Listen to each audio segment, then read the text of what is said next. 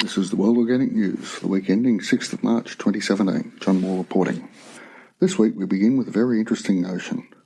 Conventional, not organic farmers should pay a premium from the blog Positive Health Leadership. This is an idea that's been rolling around in the back of my mind for some time. Quote, currently organic farmers pay a premium to grow and sell organic food, while conventional farmers pay nothing additional. This also translates to a higher cost to consumers for organic food. Thus it is a deterrent from both buying and growing organic food. Despite the premium costs associated with organic food, reports suggest purchases of organic foods have grown dramatically over 100% per year, end quote.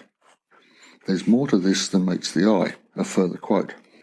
Quote, from a systems perspective, organic farmers are a positive contributing independent component of the whole system. Organic farmers improve the system while contributing to it by providing healthy food to humans without taking away from the whole system.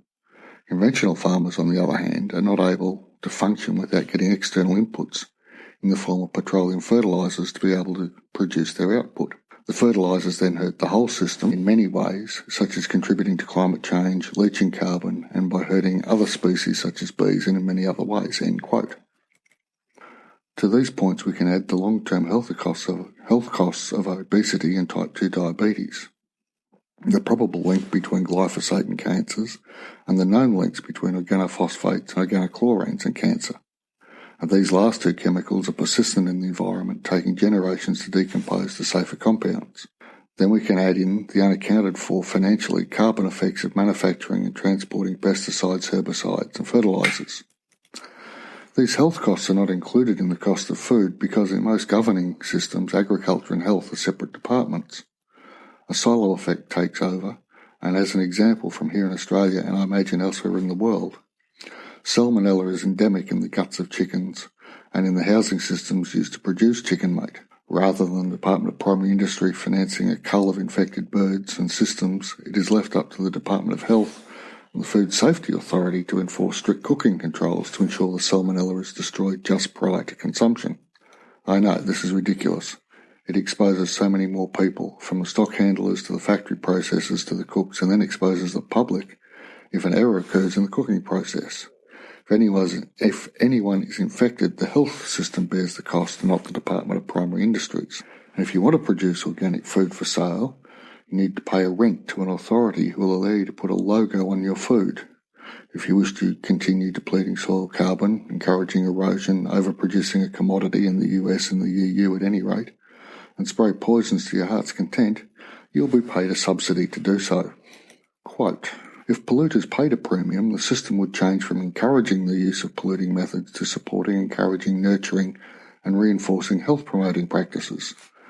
Such a change could have a dramatic positive effect on the quality of our personal and planetary health. This change would also make organic, not petroleum-laced food the least expensive and natural or default choice, end quote. So what's to be done? We can lobby, annoy, become the squeaky wheel and make life as difficult as possible for the non-organic sector. We can buy organic, grow our own, swap seeds, and still the Monsantos and Bayers of this world seem to be steamrolling along. I see a time coming, however, when the mounting evidence will overwhelm even the legal departments and the lobbyists' cash. We must support independent science. We must stand behind those doing the detective work. Too many have been attacked and vilified using the tobacco is healthy playbook from the 20th century. There is change coming, and any of us who have witnessed the fall of the Berlin Wall, the dissolution of the USSR, and the economic rise of China can simultaneously see both the suddenness of change and the years of work it took to bring it about.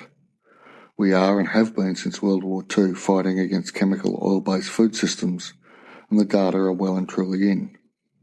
Now we fight the entrenched interests, the political inertia, and then we win. And that brings us to the end of this week's podcast. If you've liked what you've heard, could you please follow the link in the show notes and vote for World Organic News in the Australian Podcast Awards. Thanks in advance. Any suggestions, feedback or criticism of the podcast or blog are most welcome. Email me at podcast@worldorganicnews.com. Thank you for listening, and I'll be back in a week.